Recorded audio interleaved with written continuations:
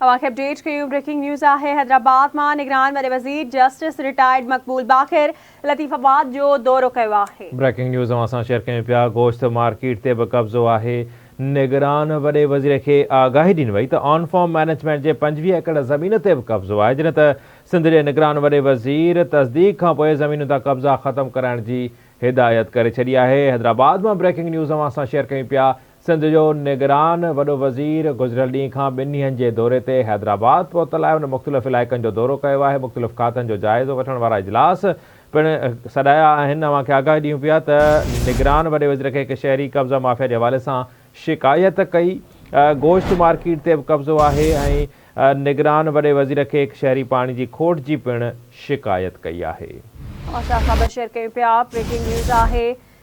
हैदराबाद में निगरान वॾे वज़ीर जस्टिस रिटायर्ड मक़बूल बाक़िर लतीफ़ाबाद जो दौरो कयो आहे। निगरान वॾे वज़ीर खे हिकु शहरी कब्ज़ा माफ़िया जे हवाले सां शिकायत कई आहे। तव्हांखे अपडेट कयूं पिया। अहम ख़बर आहे। तस्दीक़ खां पोइ ज़मीनुनि तां कब्ज़ा ख़त्म कराया वञनि। निगरान वॾे वज़ीर खे हिकु शहरी पाणी जी खोट जी बि शिकायत कई आहे। निगरान वॾे वज़ीर वासा खे हिदायत कई आहे त लतीफ़ाबाद जे रहवासियुनि जो पाणी जो मसइलो हल कयो वञे। अवां सां ख़बर शेयर कयूं पिया। ब्रेकिंग न्यूज़ आहे। निगरान वॾे वज़ीर DC ऐं SSP खे हुकम ॾींदे चयो आहे त तस्दीक़ खां पोइ ज़मीनुनि तां कब्ज़ा ख़त्म कराया वञनि।